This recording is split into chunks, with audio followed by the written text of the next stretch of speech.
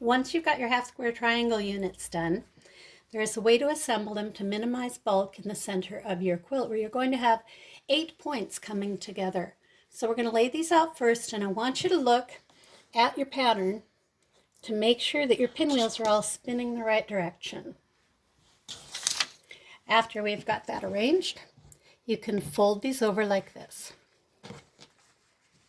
Because we've pressed the seam allowances toward the darker side, they will nest together, so you can line those up and kind of shove them together with your fingers,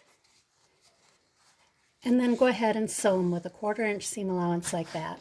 And then I'll show you how to sew the center seam.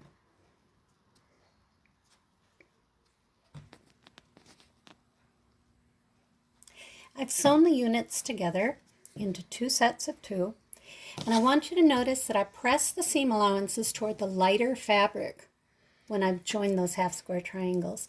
If I press them toward the darker fabric here, I'm creating a real bulky intersection right there. So we're going to press them toward the lighter fabrics. Turn these back over, and I'm going to sew that center seam now. Again,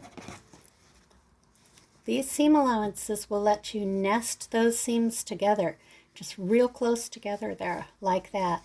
And that's where you really need to match it. If you were a hair off at the ends, that's not as big a deal as if it's off in the center. My fabrics are pretty high contrast, so if I'm off in the middle, it's going to show. So this is where I want to match. If you are having trouble matching this right here, you might like to lengthen the stitch on your sewing machine to a basting length and baste across it first.